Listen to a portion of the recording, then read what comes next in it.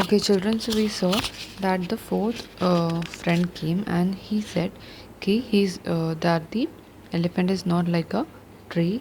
वो ट्री के जैसा नहीं है, वो रोप के जैसा भी नहीं है, और वो स्नेक के जैसा भी नहीं है. वो जो है वो फ़ैन के जैसा है.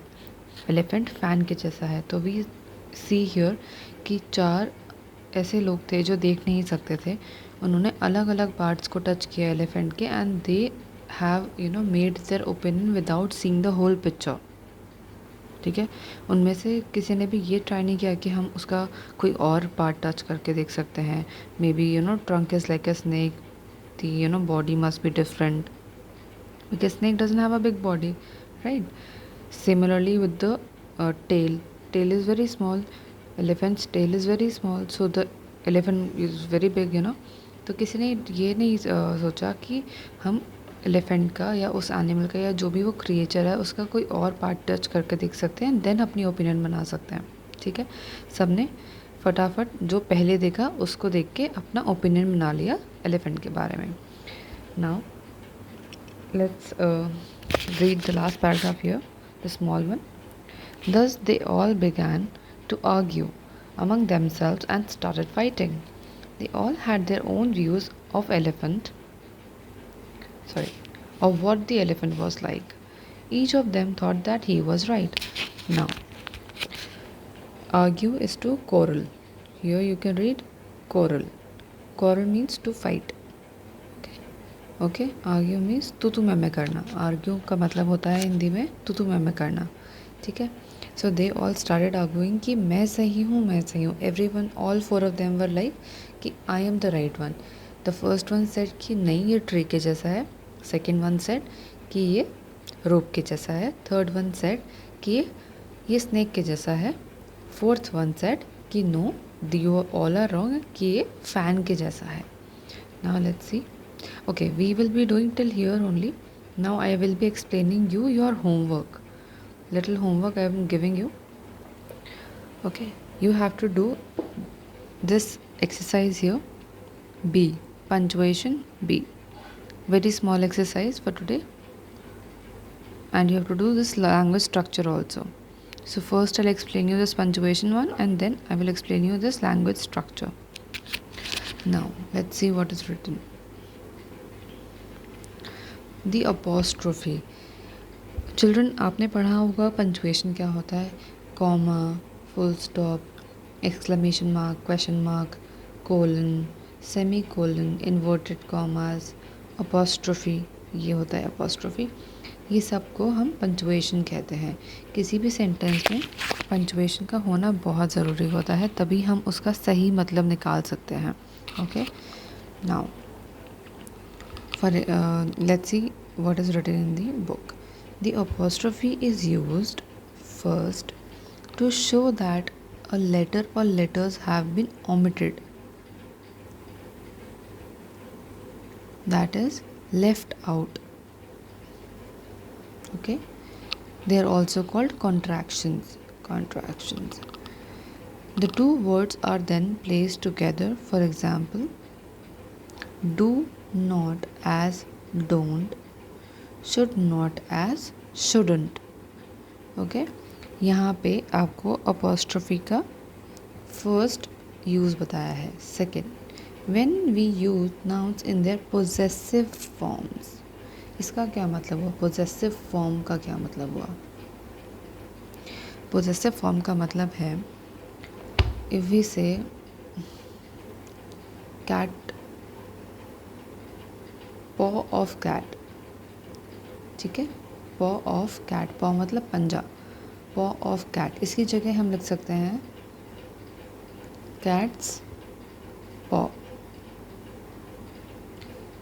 नाउ जब हमने ये जो हमने ऑफ था इसको हमने अपॉस्ट्रोफी एस में चेंज कर दिया.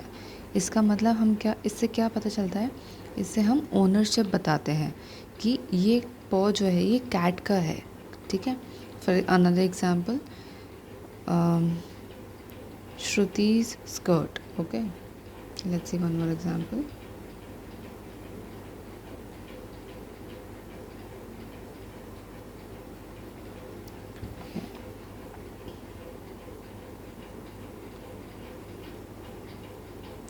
श्रुति's स्कर्ट।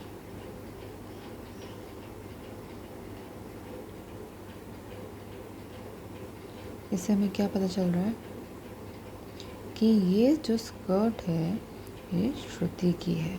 ठीक है, तो ये आपको हमेशा ध्यान रखना है कि ये अपॉस्ट्रोफी जो है ना कि सिर्फ कॉन्ट्रैक्शंस के लिए यूज़ होता है, ये पोजेसिव फॉर्म में भी यूज़ होता है। ओके, ये पोजेसिव फॉर्म में भी यूज़ होता है। Now let's C exercise. An apostrophe is, use of apostrophe and rewrite the following sentences. I am doing 2 for you, you do 3. 3rd, 4th and 5th you do for homework. I don't like butter sandwiches. That will be the right one. Okay, आप do not की जगह don't कर दोगे।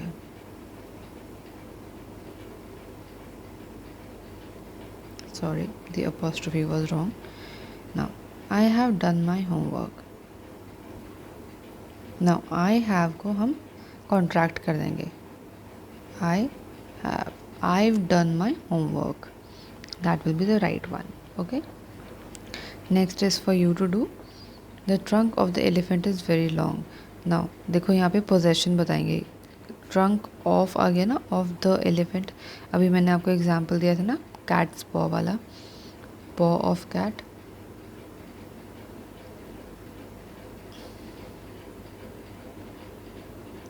paw of cat को हमने कैसे लिखा था? cat's paw, cat का paw। जहाँ पे भी अपॉस्ट्रोफी आता है उसका मतलब होता है का। ठीक है, now this is for you to do. Are not there any toffees to distribute. Are और नॉट को आप कॉन्ट्रैक्ट करोगे। ठीक है, the mother of Suman, the mother of Suman. ठीक है, ये ऑफ आ गया। ठीक है, नाउ यू नो कि आपको क्या करना है। ऑफ का मतलब का, सुमन की मदर। ठीक है, now you know exactly what to do. Let's see the next exercise now.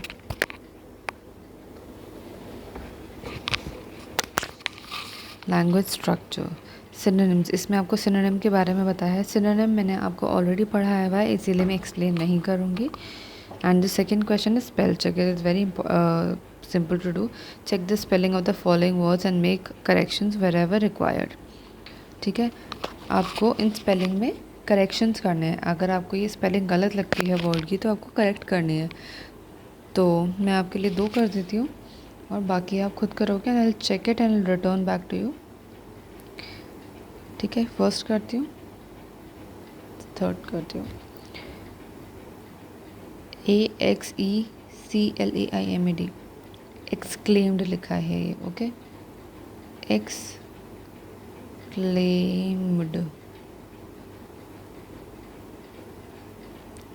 Routine, ROUTINE,